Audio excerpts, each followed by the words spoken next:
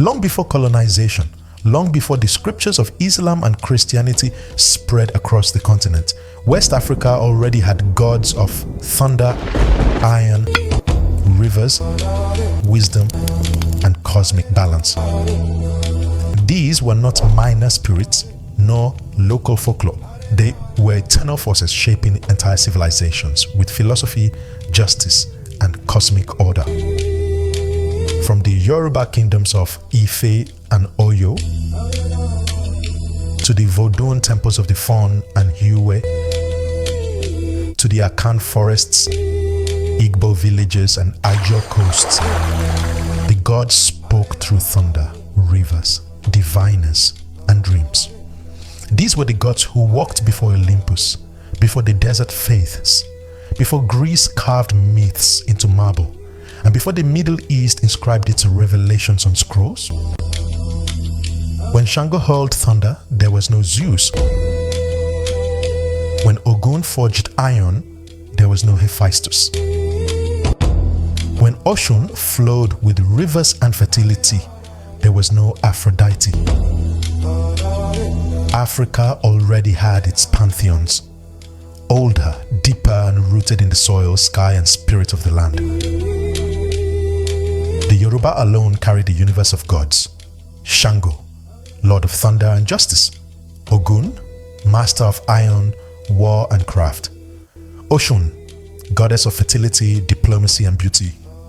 Orunmila, the wise one of divination and destiny. And Eshu, trickster and messenger, the guardian of crossroads who controls communication with all the gods. These Orishas never vanished. They crossed the Atlantic with the enslaved, surviving as Santeria in Cuba, Candomblé in Brazil, Vodou in Haiti, and countless diasporic traditions. Beyond Yoruba lands, the gods of Ogun held their throne. Mawu-Lisa, twin harmony of sun and moon, mercy and strength. Dan, the serpent of creation, fertility and continuity. Hevioso, the thunderer and divine judge. The Akan looked upward to Nyame, the supreme sky father, and to Asase Yaa, the earth mother of fertility and morality. The Egbe revered Allah, goddess of justice, and Amadioha, whose lightning punished liars and oath breakers. And the Ijaw invoked Egbe, the divine warrior whose spirit defended communities and enforced sacred law. Before Islam and Christianity, before Olympus and the desert faiths, these gods defined life, death, and cosmic order. Their voices thundered through storms, whispered in rivers, and echoed in the hearts of their people. They were here first, and they endure still. So before we continue deeper, let me call on you as the ancestors once called upon their gods. Offer your voice in the comments and your strength with a like. Each engagement is a libation, keeping alive the memory of the gods who walked before Olympus, before the desert faiths, before all else.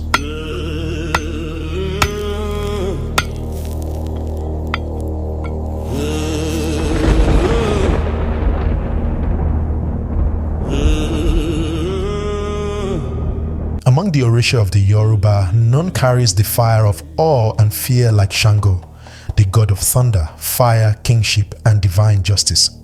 His presence is lightning splitting the heavens, his voice the crash of thunder that shakes the earth. To call upon Shango is to summon both judgment and protection, for he is not only a warrior, but also a king, a divine ruler whose justice is swift, fiery, and absolute. Shango's origins are woven with both history and myth. Tradition tells us he was once a powerful Alafin, a king of the Oyo Empire, whose charisma, authority, and command over war made him larger than life. But Shango did not die like mortal men. He ascended into the heavens, transformed into Orisha, and claimed thunder itself as his weapon. His double-headed axe, the Oshe, became the symbol of his power, embodying balance, justice that strikes swiftly but also restores harmony. In Yoruba belief, Shango is not just a storm bringer. He is the embodiment of kingship and rightful authority.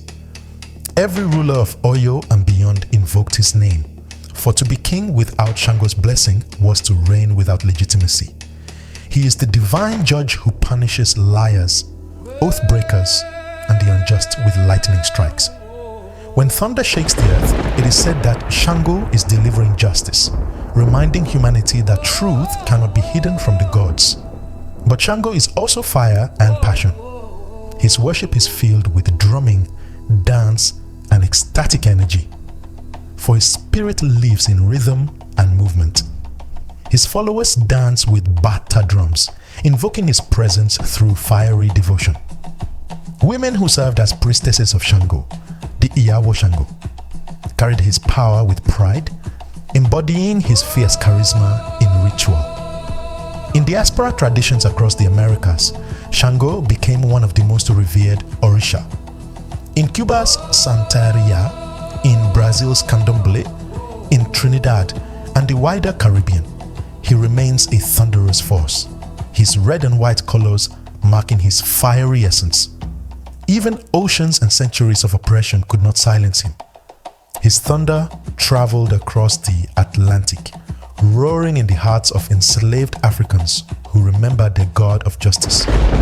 Shango's legacy is not only in storms, but in the eternal reminder that leadership is sacred and justice is divine. He teaches that kingship is not a crown, but a duty, and that truth, once betrayed, will always call down fire.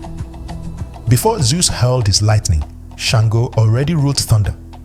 Before Olympus, the Yoruba already had a god whose fire still burns, whose thunder still shakes, whose justice still reigns.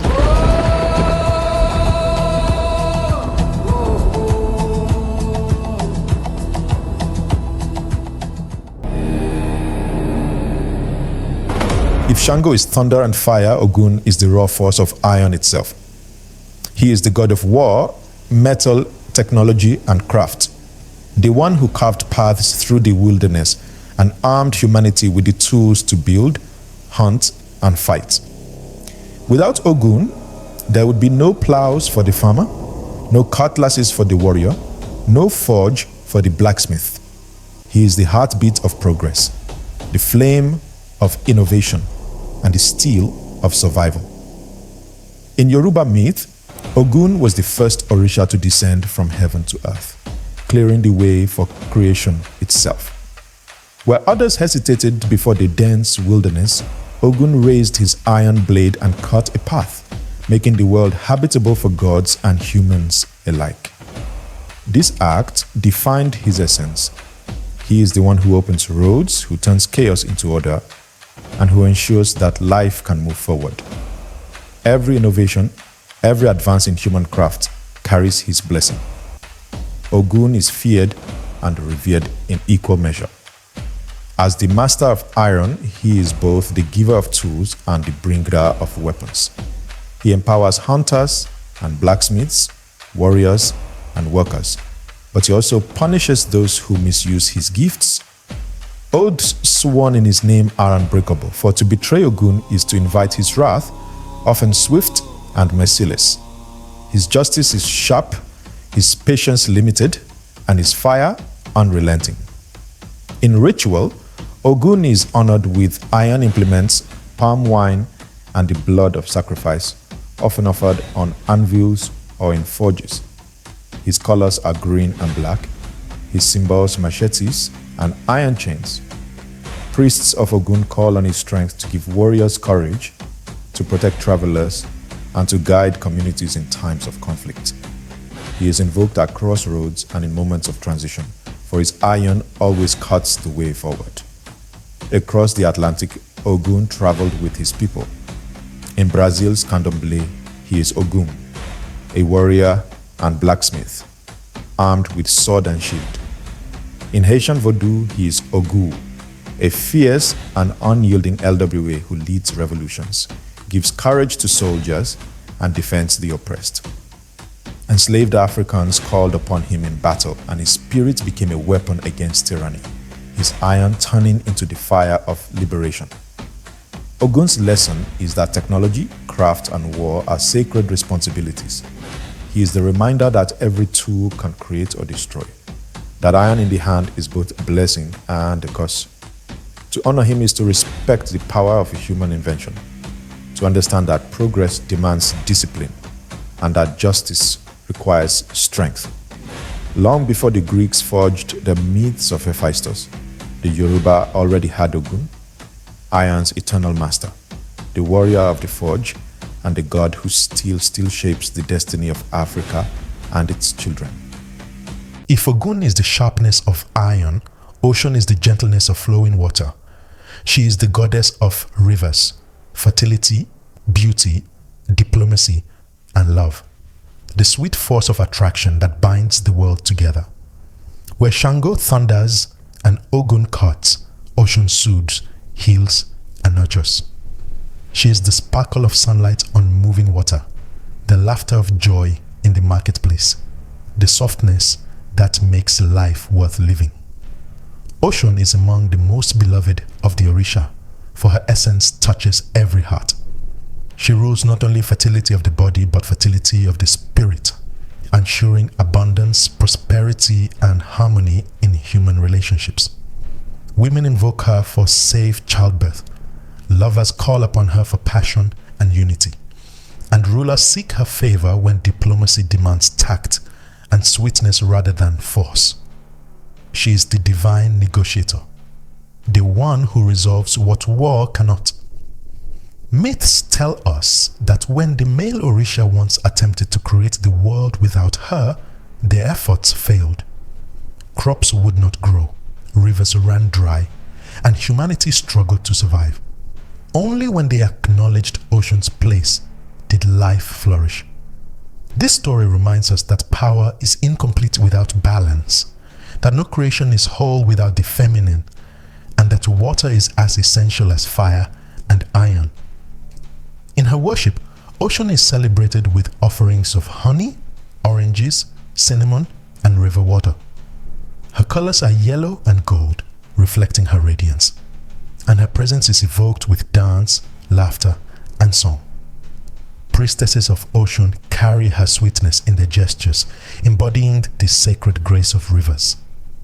Her shrines often sit beside flowing waters, for that is where her spirit is strongest. Rivers are her eternal dwelling, forever nourishing the earth. In the diaspora, Oshun traveled across oceans and became one of the most powerful Orisha in the Americas.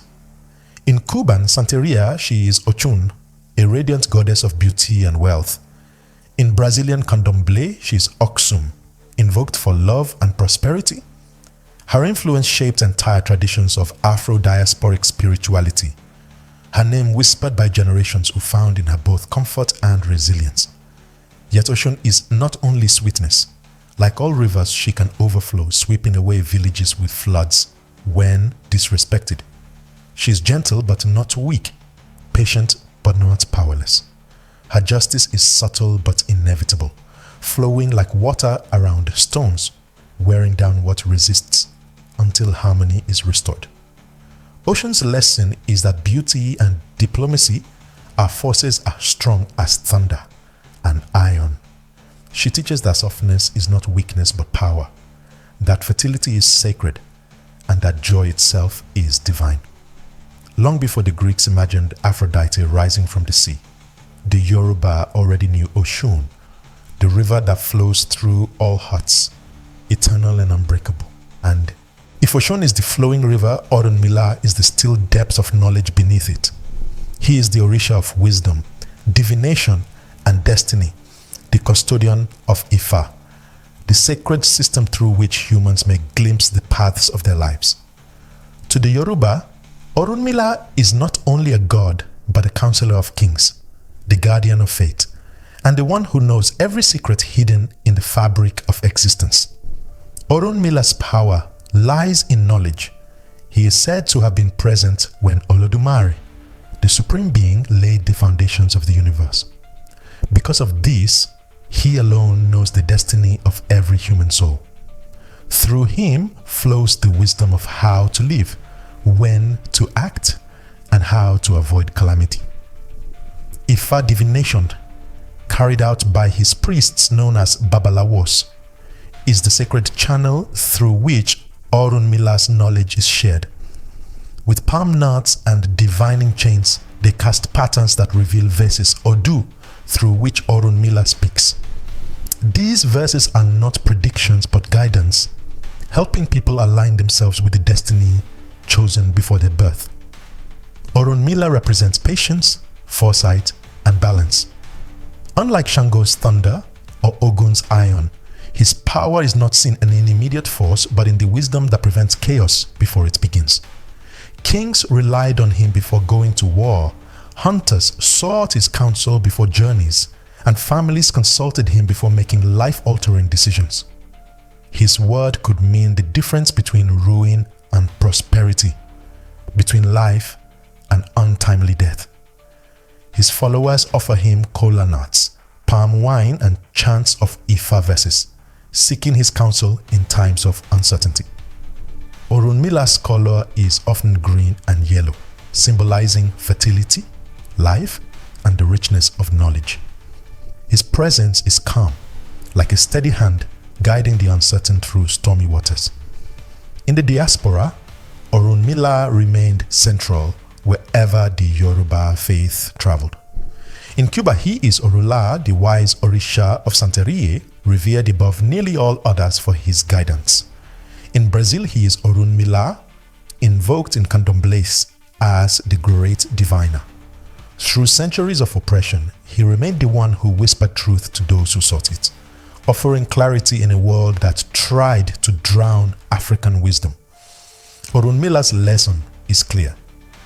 Destiny is not blind fate, but a path that must be walked with wisdom. He teaches that ignorance is the greatest danger, and that foresight is the strongest shield. To honor him is to value patience, learning, and the pursuit of truth. Long before the Greeks celebrated Apollo as the god of prophecy, the Yoruba already knew Orunmila, the eternal witness to creation, the keeper of destiny, and the one whose wisdom still guides those who listen. If Orunmila is wisdom and foresight, then Eshu is unpredictability itself. He is the trickster, the guardian of the crossroads, the messenger of the gods, and the keeper of balance between chaos and order. No ritual, no sacrifice, no prayer can reach the Orisha without passing through him first. To the Yoruba, Eshu is both feared and loved, for he embodies the duality of life, fortune and misfortune, clarity and confusion, laughter and despair. Eshu is often misunderstood as merely mischievous, but his role is far greater. He is the divine messenger, the one who carries offerings and prayers from humans to the Orisha. Yet in doing so, he tests humanity, bending the road to see if one is sincere, disrupting plans to reveal hidden truths, and laughing at the arrogance of those who believe they can control destiny. Where Orunmila reveals the path of fate, Eshu ensures that fate remains alive, dynamic, and unpredictable. Stories of Eshu abound in Yoruba myth. In one tale, he wears a hat split down the middle, one side red, the other black. He walks between two farmers, greeting them both. Later, the farmers quarrel violently, each swearing that Eshu's hat was a single color. Only then does Eshu return, laughing, to reveal the truth. Both were correct, but both were blind to the full picture. Through such tales, he teaches that perspective shapes reality, and that truth is rarely one-sided. Eshu is also the Orisha of language and communication. Words are his weapons, riddles his delight, and persuasion his art. Every priest invokes him first, for without his blessing, communication with the divine will be blocked. He can twist language into misunderstanding or untangle it into clarity. He is the guardian of every marketplace, every negotiation, every decision made at a crossroads. In ritual, Eshu is offered palm oil or red peppers and gin, symbols of his fiery and unpredictable nature. His colors are red and black, the hues of power and chaos. Priests who serve him understand that he does not simply grant favors. He demands respect, cunning, and acknowledgement of life's complexity. In the diaspora, Eshu crossed oceans and took on many names. In Cuba, he is Eligua, the guardian of doors and beginnings. In Brazil, he is Exu, invoked in Candomblé as a powerful trickster and protector. In Haiti, he merges with Papa Legba, the gatekeeper of voodoo, who stands at the crossroads with his cane and pipe, opening and closing the path between the living and the spirits. Eshu's lesson is profound. Life is not a straight line but a crossroads filled with choices, each carrying consequences. He reminds us that chaos is not destruction but potential, that laughter is as divine as solemnity, and that without uncertainty, wisdom itself has no meaning. Long before Hermes guided messages in Greece, the Yoruba already knew Eshu, the trickster, the messenger, the guardian of crossroads, whose laughter still echoes through the world. From the heart of the Fon and Yui traditions rises one of the most profound deities of West Africa, Mawu-Lisa, the cosmic twins who embody balance in all things. Unlike singular gods of thunder or iron, Mawu-Lisa represents the union of opposites: moon and sun, female and male, mercy and strength, coolness and fire. They are two and yet one, an eternal pair who reveal that the universe itself is woven from harmony between dual forces. Mawu is the moon, gentle, merciful, nurturing, and feminine.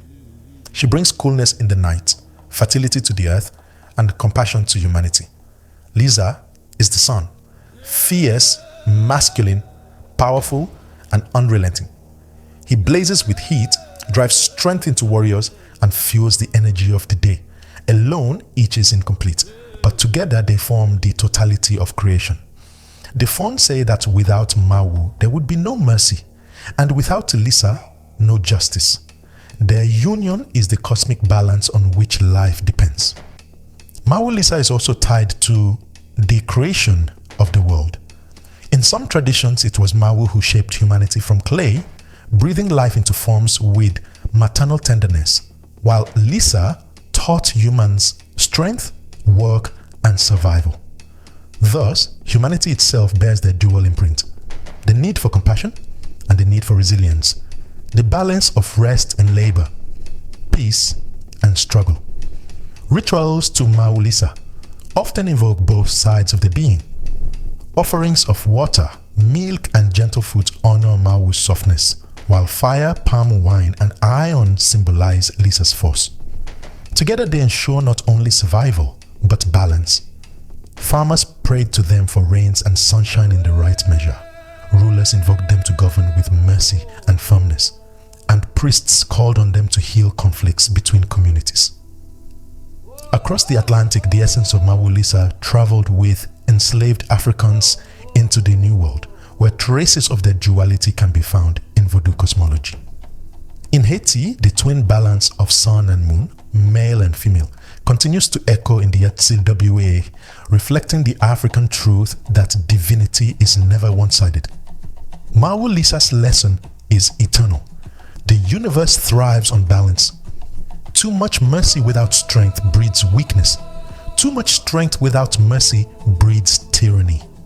Humanity must walk between both, carrying the sun in one hand and the moon in the other. Long before the Greeks imagined Apollo and Artemis as twin deities of sun and moon, the Fon and Yu already knew Mawu-Lisa, the eternal twins, the cosmic harmony, the balance of all life.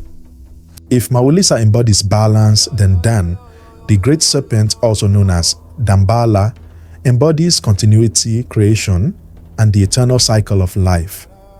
Among the Fawn and Yu, Dan is the cosmic serpent that coils around the world, encircling creation and holding it together. He is not a god of destruction, but of life itself, a divine force whose presence ensures that the universe remains whole and fertile. Dan is often imagined as a rainbow serpent, shimmering with all the colors of existence. In this image, he is both seen and unseen, stretching across the skies after storms, coiling through the waters of rivers, and slipping beneath the earth's soil. His essence flows through fertility, reproduction, and continuity. Every child born, every seed sprouting, every river flowing is part of Dan's endless motion, his divine coils that wrap all creation. In Fawn cosmology, Dan serves as the messenger and servant of Mawu-Lisa, carrying their balance into the fabric of the world. Where Mawu-Lisa sets the law of duality, Dan is the one who weaves that law into reality. He moves between sky and earth, water and land, keeping all forces aligned. His very movement symbolizes that life never stops. It bends, it coils, it circles back, but it never ceases. Worship of Dan is deeply tied to water and fertility. Shrines to him often include vessels of clear water, white cloths, and offerings of eggs, symbols of purity, potential, and new beginnings. To call on Dan is to call for renewal, healing, and the blessing of fertility, whether for land, animals, or humans. His presence is gentle but vast, like the embrace of the world itself.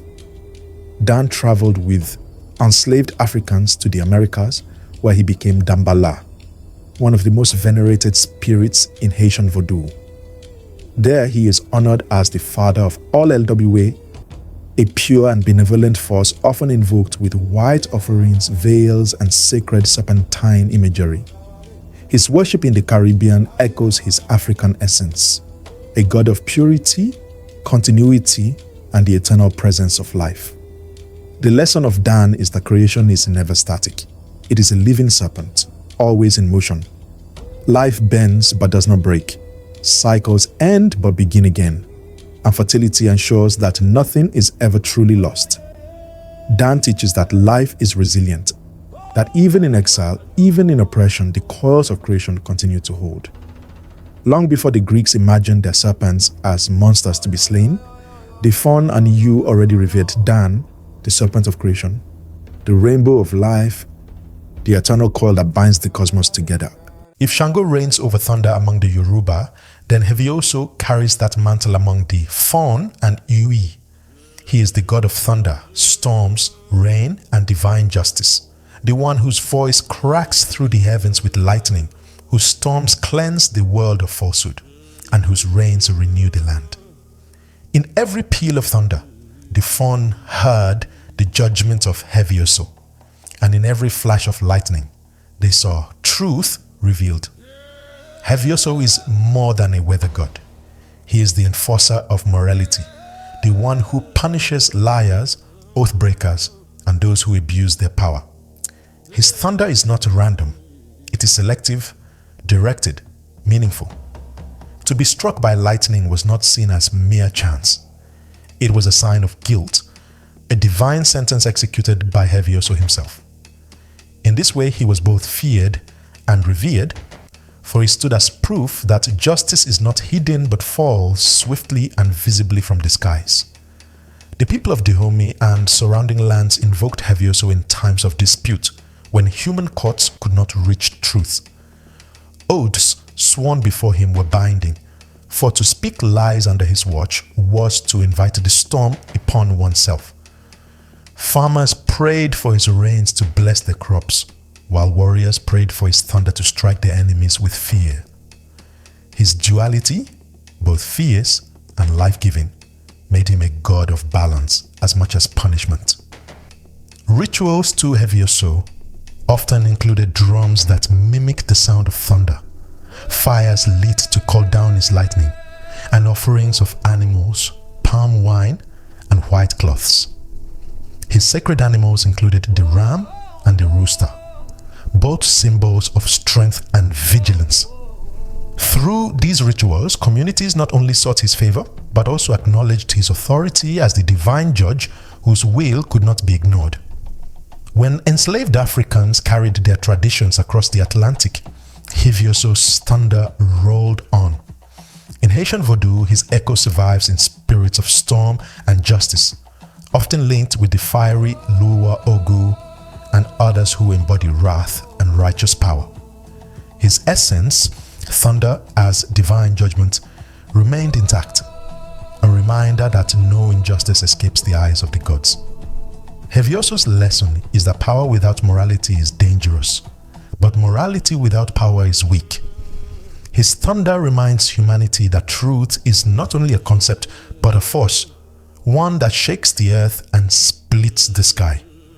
He teaches that justice is not delayed, and that the storm will always come for the guilty. Long before Zeus was imagined hurling bolts from Olympus, the Faun and Yue already knew Hevioso, the thunderer, the rain-bringer, the divine judge whose storm is both punishment and renewal.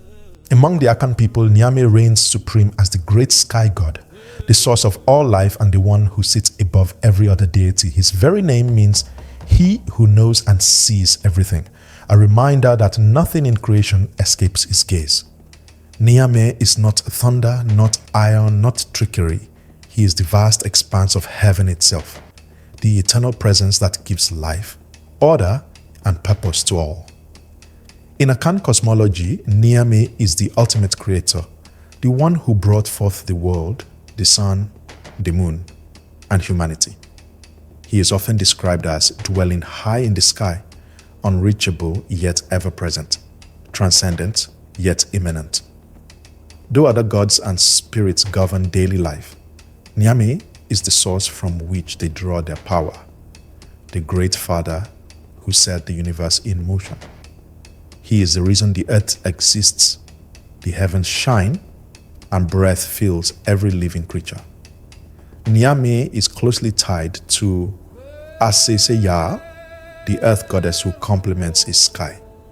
Together they embody the eternal relationship between heaven and earth, spirit and matter, male and female. If Nyame is the giver of life, Asase Yaa is the nurturer of life, and the balance sustains all creation. This duality echoes the African truth that no force is complete without its counterpart. In daily practice, the Akan did not often build temples solely for Nyame, for he was too vast to be contained. Instead, prayers and sacrifices directed to lesser deities, the bosom, ultimately reached him. Farmers prayed for his sun and rain, rulers invoked his authority and judgment, and families called upon him in times of crisis, trusting that the supreme Ski Father would hear. His symbol, the Gaia Nyame, meaning except God, is one of the most iconic Adinkra symbols of the Akan, representing his eternal power and the truth that none can stand apart from him. Nyame's lesson is that beyond the multiplicity of gods and forces, there is unity, a supreme source from which all things flow. He reminds humanity that power comes from above, that creation has order, and that the divine is both infinite and intimate. Long before the Greeks envisioned Zeus as king of Olympus, the Akan already knew Nyame, the supreme sky father, the eternal witness, the one from whom all life descends and to whom all life returns. If Nyame is the vastness of the sky, Asase Yaa is the richness of the earth. She is the Akan goddess of fertility, morality, and truth, the mother who nurtures crops, guards the graves of the dead, and enforces the sacred laws of life. To the Akan, she is not distant or abstract. She is the very ground beneath their feet, the soil that feeds them, and the moral compass that binds their communities together. Asase Yaa is revered as the earth itself, the womb of creation. Farmers invoke her before planting, offering libations of water or palm wine to ensure fertility. Hunters and travelers pray to her before setting out, for she governs the land they walk upon. Burials are also her domain. The dead are returned to her soil, and to mistreat a grave is to defy her authority. In this way, Asase Yaa holds power not only over fertility and life, but also over morality and death. Her role as the enforcer of truth is central. Among the Akan, swearing a false oath by Asase Yaa is among the gravest offenses, for she does not tolerate lies or moral corruption. Violating her laws invites disaster, crop failure, illness, or communal strife. This moral aspect makes her more than a fertility goddess. She is the living judge of integrity, ensuring that the community remains in harmony with the land and with itself. Asase Yaa is honored weekly with sacred days during which farming and digging are forbidden. These pauses are not only rituals of respect but also a reminder that the earth must be allowed to rest, for it is a living being, not a resource to be exploited.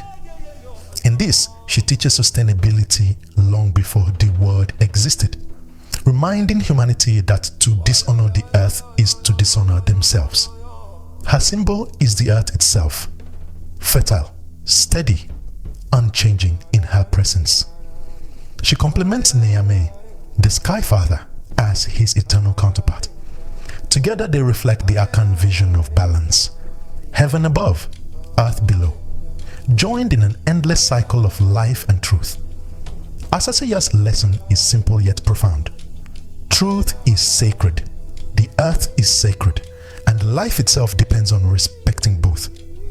She reminds humanity that morality is not only divine but natural, rooted in the soil, inseparable from survival.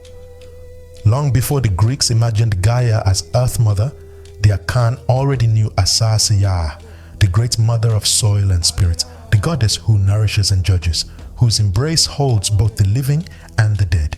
Among the Egbe people, the goddess Allah, also known as Ani, stands as the most important deity in their spiritual universe. She is the earth itself, the womb of fertility, the mother of morality, and the final resting place of the dead. To live on her soil is to live within her body, and to violate her laws is to offend the very foundation of life. Allah is not only the giver of abundance but also the guardian of justice, making her both a nurturing mother and uncompromising judge. Allah governs fertility in all its forms. She blesses crops, animals, and humans, ensuring that the cycle of life continues. Farmers pray to her before planting, for without her favor, the land will not yield. Women seek her blessing in childbirth, and entire communities honor her at the New Yam Festival, where the harvest is dedicated to her as the ultimate source of food and sustenance. Every root, every fruit, every grain that comes from the soil is seen as a gift from Allah.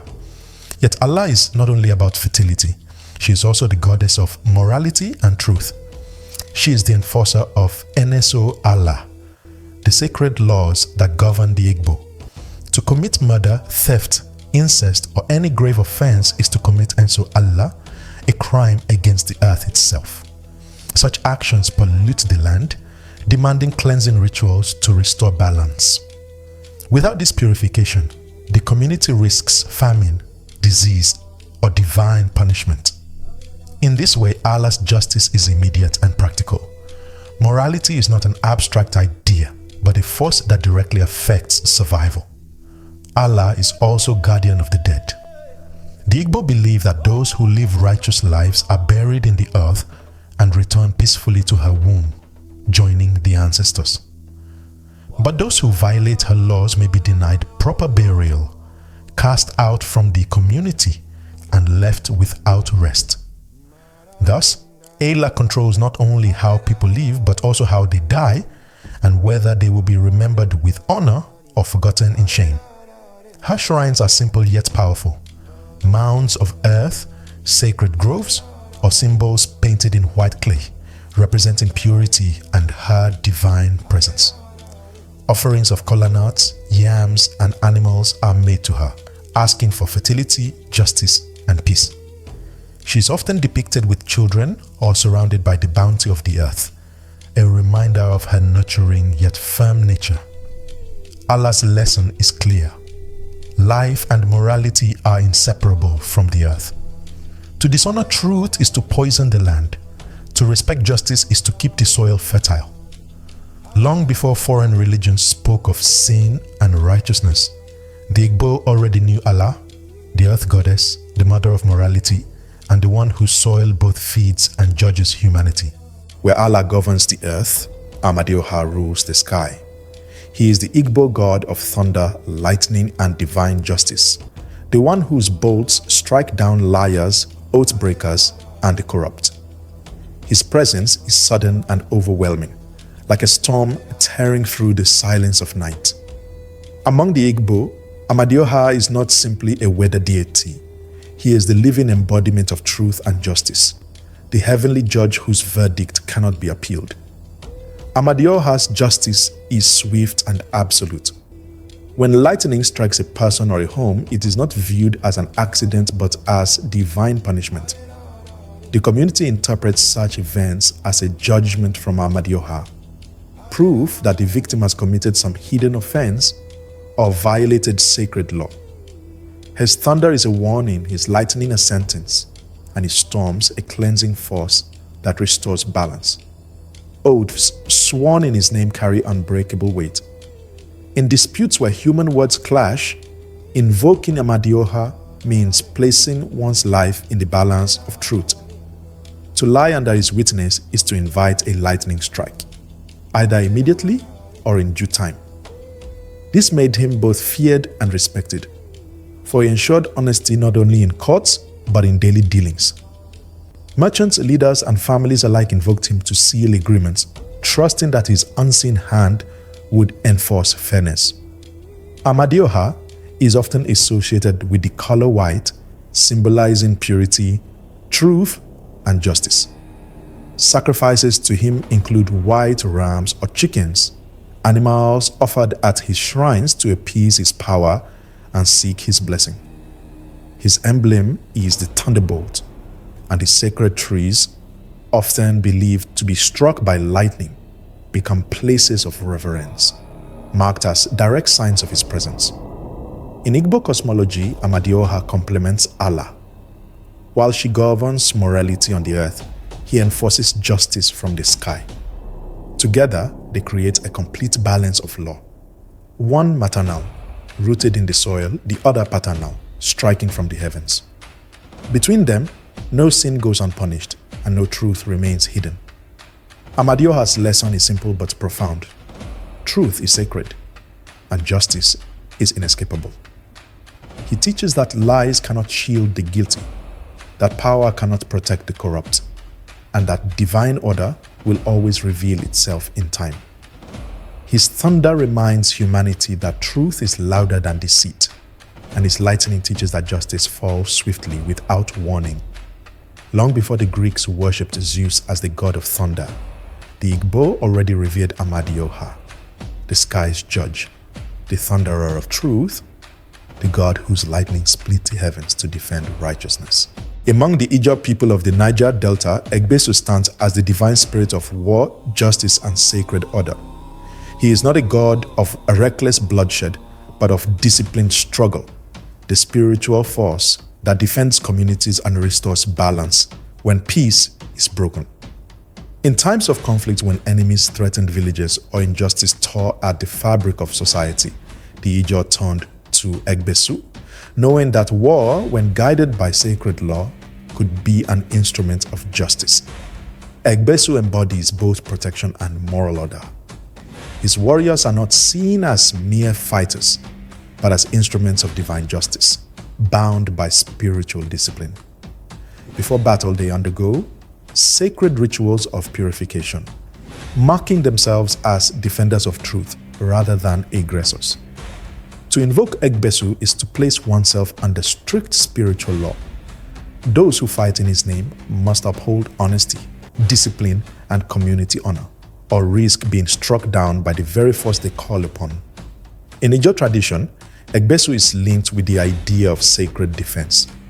His presence empowers warriors to fight not for conquest, but for the survival of the people and the preservation of justice. His followers believed he could make them spiritually invincible, protecting them from enemy weapons and giving them courage in the face of overwhelming odds. This made him both feared and revered, for he turned ordinary men into divine instruments of war. Egbesu's justice extends beyond the battlefield. He enforces truth and moral order within the community, punishing deceit, betrayal, and corruption. Disputes are sometimes settled in his name with wrongdoers, fearing his retribution if they defy sacred oaths. In this way, he serves not only as a god of war, but as a guardian of communal harmony. In modern times, the spirit of Egbe has not been forgotten. His name has been invoked in movements of resistance where communities see in him the ancestral spirit of defense against oppression. He remains a symbol of the Ija people's determination to protect their land, their dignity, and their way of life, no matter the odds. Egbesu's lesson is that war, when stripped of greed and arrogance, can be sacred, a tool for justice, not destruction. He teaches that defense of the community is a divine duty, that warriors must be disciplined by spirit as much as by strength, and that true power lies in fighting for truth. Long before the Greeks imagined Ares as a god of war, the Ija already knew Egbe, the sacred defender, the divine warrior, the spirit of justice who armed his people not only with weapons, but with the discipline of truth. Long before Olympus rose in Greece, and long before the desert faiths of Islam and Christianity spread across continents, West Africa already had its pantheon of gods, 13 eternal powers who shaped thunder, iron, rivers, fertility, wisdom, justice, and war. These deities were not faint echoes of myth, but living forces that guided kings, judged the guilty, protected communities, and nurtured the land. They were the foundation of philosophy, morality, and cosmic balance, woven deeply into the daily lives of the people. Shango thundered justice across the skies. Ogun forged the tools of war and craft. Oshun flowed with fertility and beauty. Orunmila revealed destiny. And Eshu laughed at the crossroads, reminding humanity that chaos is part of life's order. The Vodun pantheon gave balance through Mawu-Lisa, renewal through Dan the serpent, and thunderous justice through Hevioso. The Akan looked up to Nyame, supreme creator, and bowed to Asase Yaa, the earth mother of morality and truth. The Egbe revered Allah, the goddess of earth and justice, and Amadioha, whose lightning punished deceit. And the Ija called upon Egbe, the divine warrior, the protector of sacred order. Together, these gods shaped not only religion but the worldview of millions, teaching that divinity lies in thunder, in soil, in rivers, in destiny, and in the eternal struggle between justice and chaos. They remind us today that Africa's knowledge systems were never empty, never silent, never lacking. Before foreign gods arrived, Africa already had its own cosmos, its own philosophies, its own answers to life, death, and destiny. These gods were not erased. They endure in diaspora faiths, in cultural memory, in the songs of rivers, and the clap of thunder. They endure in the way African communities still honor ancestors, uphold truth, and protect the sacred balance of earth and sky. And so, I offer this prayer for you who have walked this journey. May Shango defend you with justice. Ogun arm you with strength. Oshun bless you with sweetness. Orunmila guide your steps, and Eshu open your paths. May Mawu-Lisa bring balance to your life. Dan call you in creation's embrace, and Hevioso shield you with righteous storms. May Nyame grant you vision from the heavens. Asase Yaa root you in truth. Allah bless your land with fertility. Amadioha protect you with lightning, and Egbe guard your community with sacred defense. If this journey awakened something in you, then honor it. Like this video if you believe Africa's gods deserve to be remembered. Comment the name of the deity who spoke most to your spirit. For every word written is a libation poured to memory. And subscribe to join us in more journeys into Africa's ancestral wisdom so that these stories may continue to thunder across generations. Thank you for watching, for listening, and for remembering. You are the offering, the proof that the gods are not forgotten, but alive in every story told and every spirit seeking truth.